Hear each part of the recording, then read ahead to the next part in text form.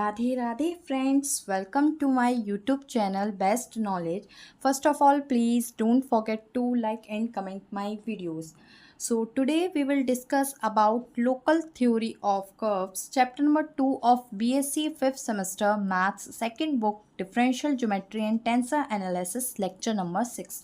जी हाँ, ये इसका लेक्चर नंबर 6 है. इसके 5 लेक्चर्स हो चुके हैं. अगर आपको इसके प्रीवियस के लेक्चर्स देखने हैं तो डिस्क्रिप्शन में उसकी बनी बनाई प्लेलिस्ट का लिंक है, आप वहां से जाकर मेरे प्रीवियस के लेक्चर्स देख सकते हैं. साथ ही यदि आप कोई अदर सेमेस्टर के हैं, it means BSc first second third fourth semester के, तो उनके भी लेक्चर्स आपको मेरे चैनल पर मिल जाएंगे.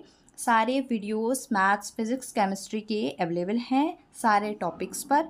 यदि आपको कोई टॉपिक नहीं मिल रहा है तो आप इसी वीडियो में मेरे को कमेंट कर सकते हैं, मैं आपको उस वीडियो की लिंक प्रोवाइड कर दूंगी. साथ ही मैं आपको बता देती हूँ जिससे आपको कन्फ्यूज़न नहीं हो, बीएससी सेकंड बुक जो है ये बीएससी 5th सेमेस्टर में मैथ्स की 2 बुक हैं, जिसमें से फर्स्ट बुक है group and ring theory and linear algebra जो कंप्लीट हो चुकी है 5th सेमेस्टर की, और सेकंड बुक है differential geometry and tensor analysis. अगर आपको फर्स्ट बुक के लेक्चर्स देखने हैं तो वो भी डिस्क्रिप्शन में लिंक है, जो प्लेलिस्ट बनी हुई है उसी में ऐड ऑन है सारी वीडियोस फर्स्ट बुक की भी, आप वहाँ से जाकर देख सकते हैं. ये जो चैप्टर है लोकल थ्योरी ऑफ कर्व, ये बहुत बड़ा चैप्टर है इस बुक का और मोस्ट इम्पॉर्टेंट टॉपिक है.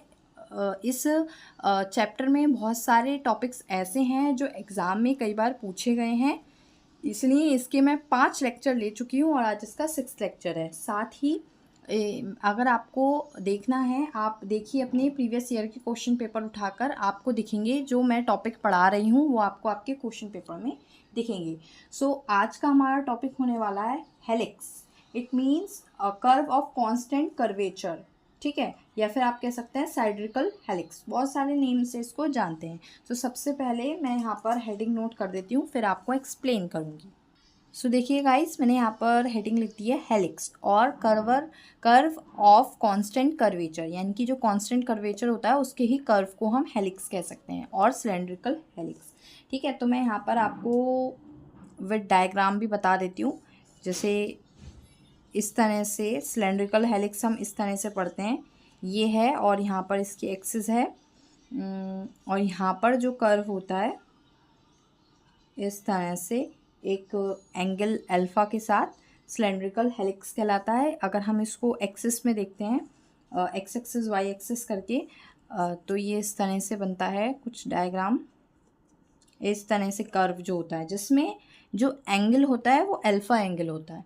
ठीक है, जब मैं इसकी डेफिनेशन बताऊंगी तब आपको और अच्छे से क्लियर होगा. देखिए मैं डेफिनेशन से भी बता देती हूँ. देखिएगा फ्रेंड्स, मैंने यहाँ पर डेफिनेशन नोट की है, इसको पढ़ते हैं और समझते हैं.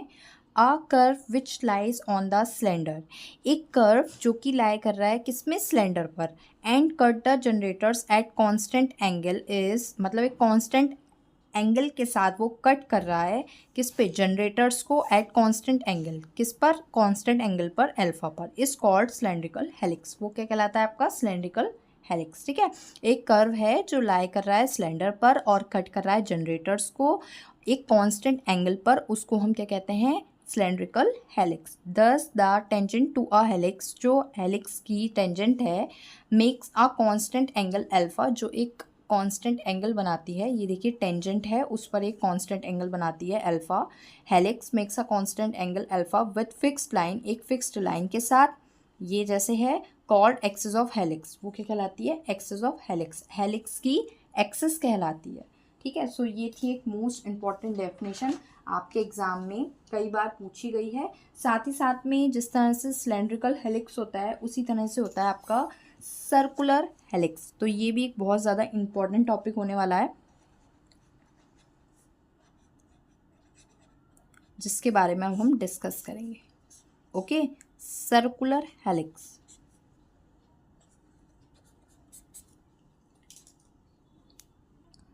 देखिएगा फ्रेंड्स, मैंने यहाँ पर इसकी भी डेफिनेशन नोट की है, आइए इसे पढ़ते हैं और समझते हैं. ध्यान से देखिएगा guys. A helix which lies on the surface of a circular cylinder is called circular helix. It means एक ऐसा हेलिक्स जो लाई करता हो एक ऐसे सरफेस पर, किसके, सर्कुलर सिलेंडर के सरफेस पर, वो कहलाएगा आपका सर्कुलर हेलिक्स। सर्कुलर सिलेंडर के सरफेस पर जो हेलिक्स लाई करता है वही आपका सर्कुलर हेलिक्स कहलाता है। The equation of circular helix की इक्वेशन क्या होती है, ध्यान से देखिए, इधर बता देती हूँ मैं नेक्स्ट पेज पर। R equals to a bracket में cos theta sine theta and cos alpha, जो अल्फा क्या है, एक कांस्टेंट एंगल है, ठीक है। R equals to a cos theta sine theta and cos alpha. So ये था आपका सर्कुलर हेलिक्स। इसको मैं थोड़ा सा क्लोज कर देती हूँ कैमरे को, जिससे आपको बिल्कुल क्लियर दिखे। अच्छा, इस चैप्टर में कुछ और मोस्ट इम्पॉर्टेंट डेफिनेशंस हैं जो मैं आपको बता देती हूँ। अच्छा, मेरे पास प्रॉपरली नोट्स बने हुए हैं तो मैं उसी में से आपको बता देती हूँ। ये मेरे पास नोट्स हैं। सो इसमें ही हम आगे पढ़ेंगे एक नॉर्मल लाइन, ठीक है। सो हम पढ़ेंगे नॉर्मल लाइन। नॉर्मल लाइन क्या होती है, any line perpendicular to the tangent P. देखिए, कोई टेंजेंट है, उस पर एक लाइन है जो परपेंडिकुलर है, ठीक है, to a curve is called a normal line. देखिए, मैं आपको यहाँ पर ना ड्रॉ कर कर, वैसे थोड़ा मुश्किल हो जाएगा क्योंकि हम ड्रॉ करके कुछ भी समझेंगे तो वो हम समझेंगे 2D में, और एक्चुअल में हमको समझना होता है 3D में। तो थोड़ा सा आप इमेजिन कर लीजिए। मैं यहाँ पर आपको कोशिश करूँगी बताने की नॉर्मल लाइन, क्योंकि जितना हम बाय डायग्राम समझते हैं उतना अच्छा होता है। देखिए, ये बोल रहे हैं कोई कर्व है, ठीक है, कोई कर्व है, इस पर कोई टेंजेंट है, कोई टेंजेंट है P, ठीक है, ये है आपका कर्व और ये है इस पर टेंजेंट, ठीक है।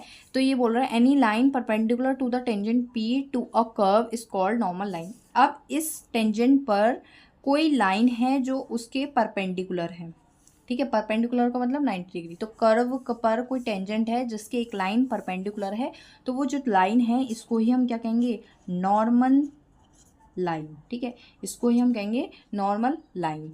आगे क्या बोला है, there will be finite number of such normal line in 3 dimension space curves. देखिए, इसलिए ये डायग्राम नहीं देते हैं बुक्स में भी। अगर आपको डेफिनेशन दी होगी तो पर्टिकुलर आपको वहाँ पर डायग्राम नहीं दिया होगा। ये भी इसका बिल्कुल एग्जैक्ट डायग्राम नहीं है, क्योंकि 3D में जब हम पढ़ते हैं ज्योमेट्री को तो थोड़ा सा उसके डायग्राम बनाना बहुत ज़्यादा मुश्किल हो जाता है। तो देखिए, यहाँ पर ये बोल रहे हैं कि there will be infinite number of such normal in 3 dimension space curve, यानी कि अगर हम 3 डायमेंशंस में पढ़ें तो वहाँ पर जो इसकी नॉर्मल लाइंस होंगी वो कैसी हो सकती हैं, वो होंगी इनफाइनाइट नंबर। सो इनफाइनाइट नंबर में इसकी देखिए परपेंडिकुलर होगी। अगर आप ड्रॉ भी करेंगे तो यहाँ पर टेंजेंट लाइन, क्योंकि इन्होंने एक पर्टिकुलर पॉइंट तो बोला नहीं है, तो टेंजेंट लाइन के जो नॉर्मल लाइन होगी वो कैसी होगी, इनफाइनाइट। समझा आपने, ठीक है। अब नॉर्मल लाइन के बाद आता है नॉर्मल प्लेन पर। ये मेरे पास प्रॉपर नोट्स बने हुए हैं तो इसको मैंने सोचा इसी में ही बता देते हैं, पूरा लिखा कर टाइम वेस्ट करना कोई नहीं है। Normal plane, the plane through a point P perpendicular to the tangent at P is called the normal plane. देखिए, मैं इसको भी थोड़ा सा आपको ड्रॉ करके बता सकती हूँ, पूरा पर्टिकुलर तो बताना थोड़ा सा मुश्किल रहता है, लेकिन मैं कोशिश कर सकती हूँ कि बच्चे को समझ में आ जाए। तो देखिए, नॉर्मल प्लेन सेम इन्होंने यही बात बोली है। इन्होंने बोला है the plane through a point P perpendicular to the tangent at P is called the normal plane. तो देखिए, किसी कर्व पर कोई टेंजेंट है, उसके यहाँ पर कोई पॉइंट P है, उसके परपेंडिकुलर कोई प्लेन है, ठीक है। यहाँ पर मैं अगर कोई प्लेन बनाती हूँ, अब की बार लाइन नहीं है, प्लेन है, तो किसी टेंजेंट के परपेंडिकुलर कोई प्लेन है तो हम उसको नॉर्मल प्लेन बोलते हैं, ठीक है। ये टेंजेंट था, ये कर्व था, और ये जो बनकर आया है ये था आपका नॉर्मल प्लेन जो कि टेंजेंट के परपेंडिकुलर है। So the plane through a point P perpendicular to the tangent at P is called the normal plane at P. Thus the normal plane at P is the locus of the normal line, ठीक है। जो normal plane है वो क्या है, वो है locus of the normal line, normal line का locus है to the curve at P, ठीक है, कर्व से at P। तो कर्व से जो नॉर्मल लाइन है, नॉर्मल प्लेन है, वो नॉर्मल लाइन का ही लोकस है। ये बात कहना चाह रहे हैं। सो आई होप फ्रेंड्स आपको क्लियर हो रहा होगा, लेकिन अगर फिर भी कोई डाउट आ रहा हो तो आप मेरे से पूछ सकते हैं, ठीक है। अब हम अपना नेक्स्ट टॉपिक पढ़ेंगे। मैं बिल्कुल कोशिश कर रही हूँ कि आपको बाय डायग्राम समझाती चलूँ, ठीक है। इक्वेशन ऑफ नॉर्मल प्लेन, अब जो नॉर्मल प्लेन की हमने डेफिनेशन पढ़ी, इसको समझा बाय डायग्राम। इसका जो इक्वेशन होती है वो क्या होती है, वो होती है ये r minus r dot equals to zero. अच्छा, इससे रिलेटेड मैं क्वेश्चंस करा चुकी हूँ अपने प्रीवियस चैप्टर में, प्रीवियस लेक्चर्स में, तो आप देख लीजिएगा। और थोड़ा सा मैं आपको यहाँ बता भी देती हूँ। आर डॉट का मतलब होता है आर का डिफ्रेंसिएशन, ठीक है। आर डॉट का मतलब होता है आर का डिफ्रेंसिएशन टी के रेस्पेक्ट में, आर डॉट को, ठीक है। जिस तरह से हम आर डैश लिखते हैं तो आप समझ जाते हैं डिफ्रेंसिएशन, यहाँ पर आर डॉट दिया है। कैपिटल आर होता है आपका एक्स वाई जेड कैपिटल में, स्मॉल आर आपका वही पोजीशन वेक्टर एक्स आई प्लस वाई जे प्लस जेड के स्मॉल वाला, ठीक है। इस तरह से भी लिख देते हैं इसको, r minus r t equals to zero. R जो है पोजीशन वेक्टर है, कैपिटल आर भी आपका पोजीशन वेक्टर है ऑफ अ करंट पॉइंट। अच्छा, यहाँ पर थोड़ा सा दिखाया गया है एक 3D फिगर, 3D लेकर, कि ये जो होता है आपका ऑक्सिलेटिंग प्लेन होता है, ये वाला जो होता है आपका रेक्टिफाइंग प्लेन होता है, और ये वाला आपका नॉर्मल प्लेन होता है, ठीक है। ये वाला मैं आपको डायग्राम पहले भी बता चुकी हूँ जब हमने पढ़ा था अपने इससे प्रीवियस वाले लेक्चर में सेनेट फेनेट फॉर्मूला, जो कि बहुत ज़्यादा इंपॉर्टेंट था, उसका प्रूफ भी बताया था, उसी में मैंने ये भी आपको बताया था डायग्राम। अब आता है प्रिंसिपल नॉर्मल। ये कुछ टॉपिक्स हैं जो आपके एग्जाम में वेरी शॉर्ट या शॉर्ट में पूछ लिए जाते हैं, तो इनको पढ़ना भी ज़रूरी होता है, और आपके चैप्टर में हैं भी तो जानना ज़रूरी है। So first of all, we will discuss about principal normal. The normal lying in the oscillating plane and at a point P on a curve is called the principal normal. ये बोल रहे हैं the normal lying in the oscillating plane.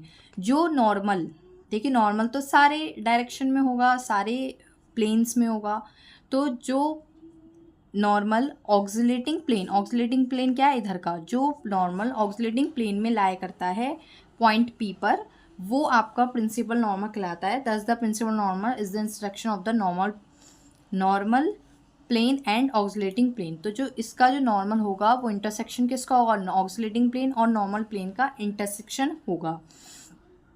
And osculating plane, we shall denote the unit vector along the principal normal by N. Principal normal को हम denote किससे करते हैं, bye N, clear. उसके बाद हम पढ़ेंगे binormal. The normal perpendicular to the principal normal is called binormal. जो प्रिंसिपल नॉर्मल के परपेंडिकुलर होगा वो क्या कहलाएगा, आपका बाय नॉर्मल, ठीक है। जो प्रिंसिपल नॉर्मल के परपेंडिकुलर होगा वो आपका बायनॉर्मल कहलाएगा। Thus the binormal is the line perpendicular to the osculating plane.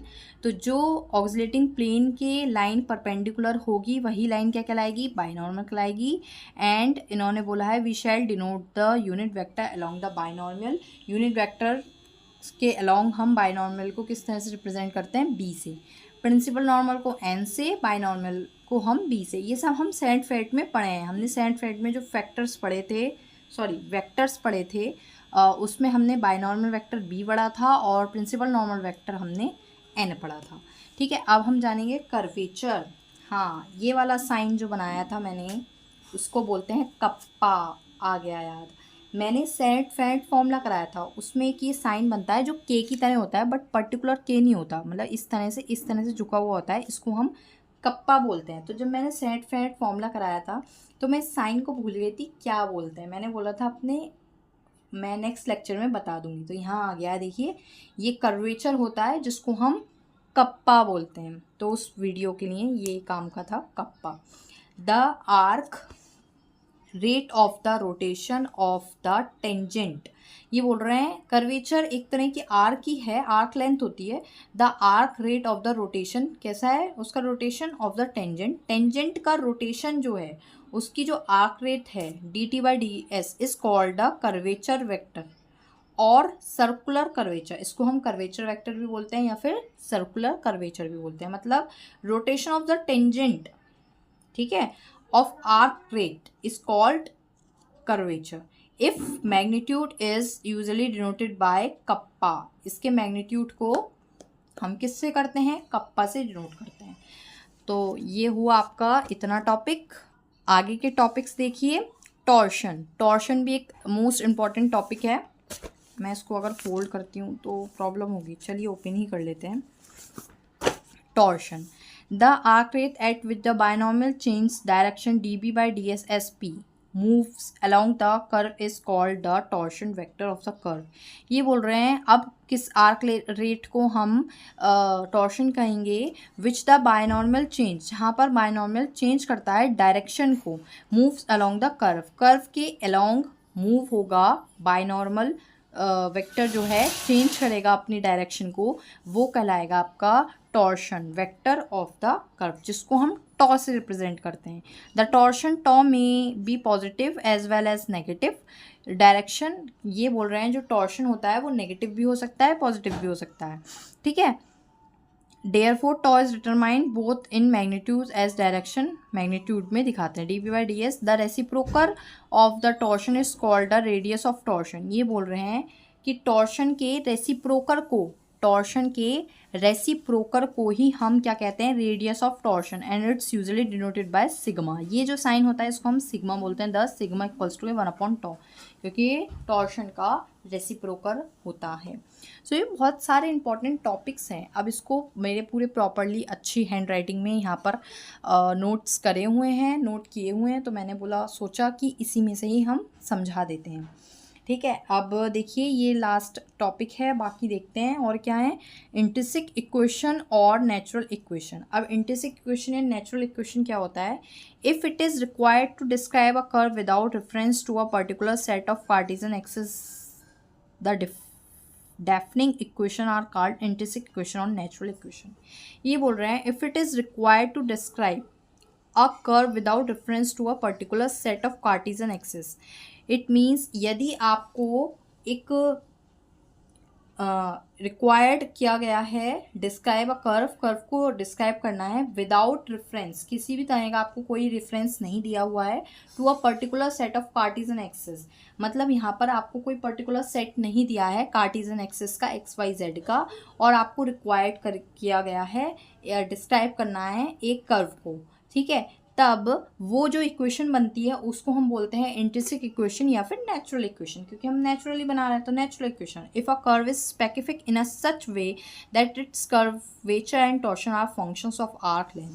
तब बोल रहे हैं उस कंडीशन में जो कर्व होगा वो स्पेसिफाइड किया जाएगा इन सच वे, एक सच वे में that its curvature and torsion are functions, जो उसके कर्वेचर होगा और जो टॉर्शन होगी वही उसके फंक्शंस होंगे of arc length. Kappa equals to f s, मतलब एक फंक्शन ले लिया एफ एस और कप्पा ले लिया, kappa is curvature and tau is torsion, so tau is phi s. Then these are called the intrinsic और natural equation of the curve.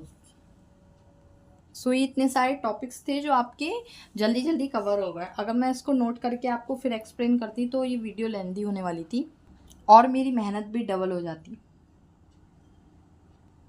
So I hope friends आपको clear हो गया होगा, लेकिन फिर भी कोई डाउट हो तो मेरे को कमेंट बॉक्स में ज़रूर कमेंट कीजिएगा, मैं क्लियर कर दूँगी. Thank you friends watch my video.